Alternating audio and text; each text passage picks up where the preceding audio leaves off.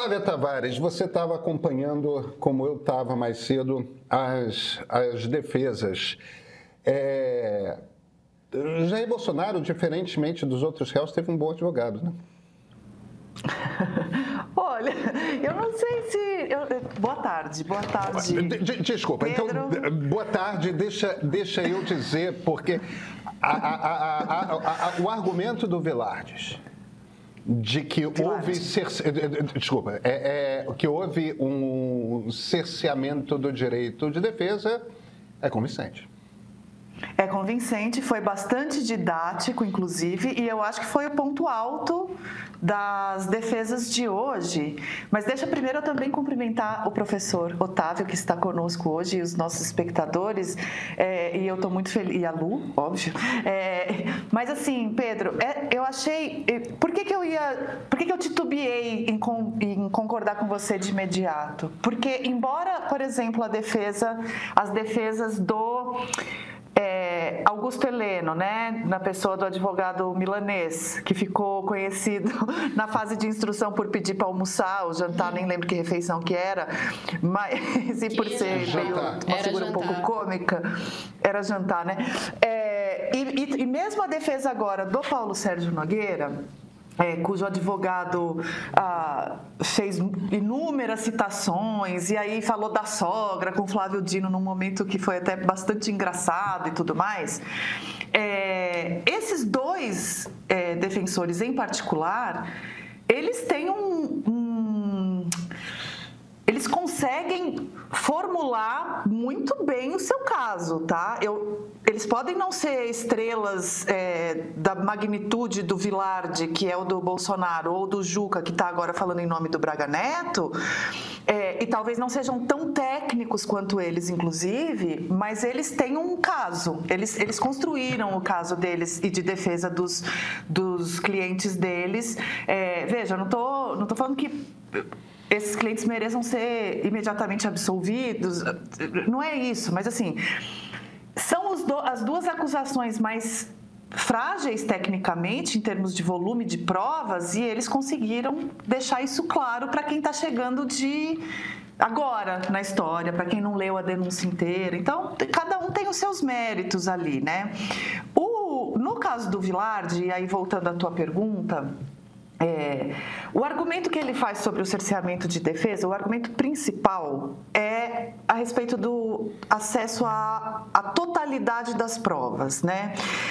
Isso é uma discussão que está vindo já desde do começo aí do julgamento, né? Da fase de instrução e tudo mais, porque as operações da Polícia Federal, cada uma autorizada, pedida também pela Procuradoria-Geral e autorizada pelo Alexandre de Moraes, elas recolheram uma quantidade absurda de documentos e de celulares, computadores e tudo mais, que então tem ali arquivos que somam 70 terabytes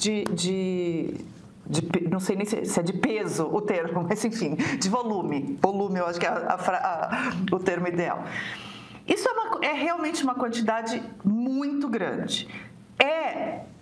O que o Vilardi está argumentando ali na defesa dele? Que o que foi dado às defesas foi o acesso às provas que a Polícia Federal e a PGR elegeram para estar na denúncia. Isso até a fase das alegações finais. Somente nas alegações finais é que o Alexandre de Moraes, então, autorizou os advogados a terem acesso à totalidade desses arquivos. E na avaliação ali na defesa do Vilardi, ele fala, olha, não é assim que as coisas funcionam, eu precisaria ter a totalidade, o acesso total às provas é uma prerrogativa das defesas, para eu apresentar a versão dos fatos e aí os juízes poderem decidir se a acusação com aquelas provas escolhidas faz sentido ou se a defesa com aquelas provas escolhidas faz sentido. E diz que não houve tempo hábil para isso, porque quando finalmente eles tiveram acesso, enfim, 70 terabytes, 15 dias, tarde demais, não dava tempo de alinhar todas essas provas para formar a narrativa das defesas. O Alexandre de Moraes já refutou isso nos autos, né? Toda vez que os advogados pediam para ter esse acesso, ele dava alguma outra resposta. O próprio Gonê ontem falou nas alegações finais dele sobre como é que foi essa seleção de provas para a formulação da denúncia. Eu acho que esse assunto ainda vai ter que ser endereçado de uma maneira melhor nos votos dos ministros.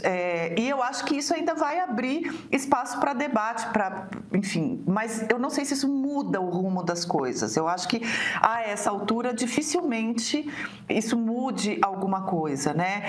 A velocidade que o Alexandre impôs à tramitação desse processo sempre foi uma questão dos advogados e dos críticos do Alexandre. Um dos argumentos que ele vem usando e os juristas que o defendem usam é que, olha, a gente está falando de crimes contra a democracia e o Supremo em si, contra a própria Constituição. Imprimir velocidade nesse processo é quase uma questão de sobrevivência do próprio Supremo, né? Isso foi alguns dos argumentos que eu já ouvi de juristas que defendem a tramitação imposta pelo Alexandre. Eu acho que tudo isso ainda vai ter discussão, mas eu não acredito que isso vá mudar o rumo das coisas, não. Só para concluir, para devolver para vocês, ainda sobre Augusto Heleno e Paulo Sérgio, e aí, complementando a fala do professor Otávio, que é um dos entrevistados do nosso documentário, inclusive, que está no ar desde ontem. Para quem não sabe, a gente produziu e ontem estreou o documentário O Julgamento do Século, em que a gente conta a história, principalmente formulada pela denúncia da PGR, e então pontua justamente as provas e a história que a PGR escolheu contar, né? A partir das investigações e, enfim, do que foi levantado. Mas, para complementar, eu acho, professor, que vai ficando claro nas defesas. Cada advogado, cada réu procura não negar que houve uma conspiração. No fim da fala do advogado do Paulo Sérgio, a ministra Carmen Lúcia fez uma jogada muito inteligente, que eu vou narrar aqui para vocês, para quem não assistiu, que foi a seguinte: o advogado do Paulo Sérgio citou um monte de autores e tal, e veio falando que ele, Paulo Sérgio, que era o ministro da Defesa em 2022, no auge da trama golpista, trabalhou insistentemente para demover o ex-presidente Jair Bolsonaro. Demover o ex-presidente Jair Bolsonaro. E ele falou isso algumas vezes. Ao encerrar sua defesa, a ministra Carmen Lúcia pediu licença e falou assim: desculpa, só antes de você encerrar, demover o presidente Jair Bolsonaro de quê? Porque todo mundo fica toda hora falando que trabalhou para demover alguém de alguma coisa, mas ninguém fala de quê? Ninguém fala do que aconteceu. Aí o advogado formulou a frase completa: demover de romper. Eu não estou citando ipsis literis, mas o sentido foi esse: demover o ex-presidente Jair Bolsonaro de romper a democracia, de acabar com a democracia, de romper com o regime democrático. Então, foi uma sacada da ministra. Por quê? Porque fica todo mundo falando, pode ser, todos os outros estavam tramando, o meu cliente não. E ela falou assim: tramando o quê? E ela arrancou pelo menos desse advogado alguma coisa. E aí eu devolvo para o professor Otávio com essa questão, né? No nosso documentário, o Rafael Maffei, que é o jurista que a gente ouve no documentário, ele formula de um jeito que eu acho muito interessante, que é: quando o chefe das Forças Armadas, o chefe, no caso, o comandante em chefe, que é o presidente da República pela Constituição, convoca os chefes de cada força para falar de como vamos reverter o resultado desta eleição, isso não é um bate-papo sobre um batizado de criança. Isso é na cabeça militar, é o comandante em chefe o mais próximo possível antes da canetada, né? Muito perto de dar a ordem, né? Eu queria te ouvir um pouco, professor, sobre isso, sobre o que é essa hierarquia que os militares tanto falam e como é que ela se dá, ainda considerando que Bolsonaro é militar, né? Teve uma carreira militar, mas curta, né? Mas, enfim. Mas independentemente disso, o que é o comandante em chefe, essa figura do comandante em chefe para os chefes de cada força? O que é ter uma conversa desse naipe com o comandante em chefe?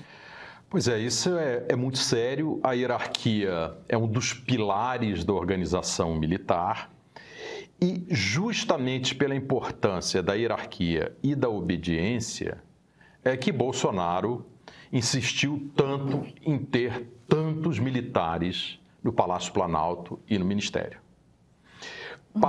Não apenas para contar com o apoio político deles, administrativo, mas também para enredá-los nessa teia constituída pelas instituições chamadas hierarquia e disciplina. O general Paulo Sérgio Nogueira, que era o ministro da Defesa, ele deveria ter pedido demissão na hora. Ele, obviamente, estava ciente das implicações de tudo que estava acontecendo. Porém, ele optou ficar até o final. Então, ele vai pagar um preço, está pagando já um preço por ter aceitado cooperar com um chefe, com o comandante em chefe das Forças Armadas para esse tipo de atividade que é totalmente ilegal, tá? Mas, para além das dimensões jurídicas que são muito relevantes, está muito claro que a conspiração, que o plano de golpe tinha 3 eixos. Em primeiro lugar, desacreditar o sistema eleitoral. Em segundo lugar, aliciar o alto comando das Forças Armadas. E, em terceiro lugar, gerar o caos social fracassando o esforço de aliciamento do alto comando, que aconteceu. E logo depois vem o caos. Em Brasília, em dezembro, tá? Explosão de um ônibus, tentativa de atos terroristas no aeroporto de Brasília e, finalmente, o 8 de janeiro de 2023. Tá? Então, do ponto de vista de análise política, qualquer estudante de graduação vê claramente isso desenhado em tudo que aconteceu em 2022. O que eu acho é que a defesa dos acusados está tentando afetar não o rumo do processo, mas a dosimetria, tá? Quanto menos anos, melhor. Inclusive porque se eles se comportarem bem, se eles cooperarem com a justiça, rapidamente as penas começarão a ser reduzidas. Tá? Então, eu acho que a aposta da defesa é essa. Além do que falou hoje a Vera Magalhães no Globo, que as defesas têm sido tão pouco enfáticas que, na verdade, subjacente a isso está uma aposta na anistia que o Congresso já está discutindo sob a liderança do governador de São Paulo. Tá?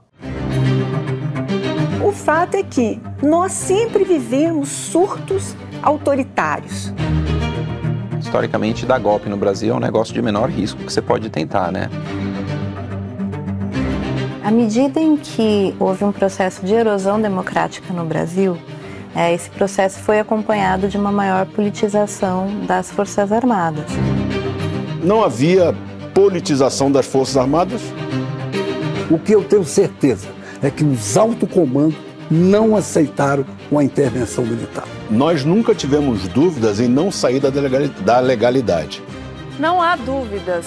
De um ponto de vista histórico, o que está em julgamento no Supremo é o velho viés antidemocrático das Forças Armadas brasileiras.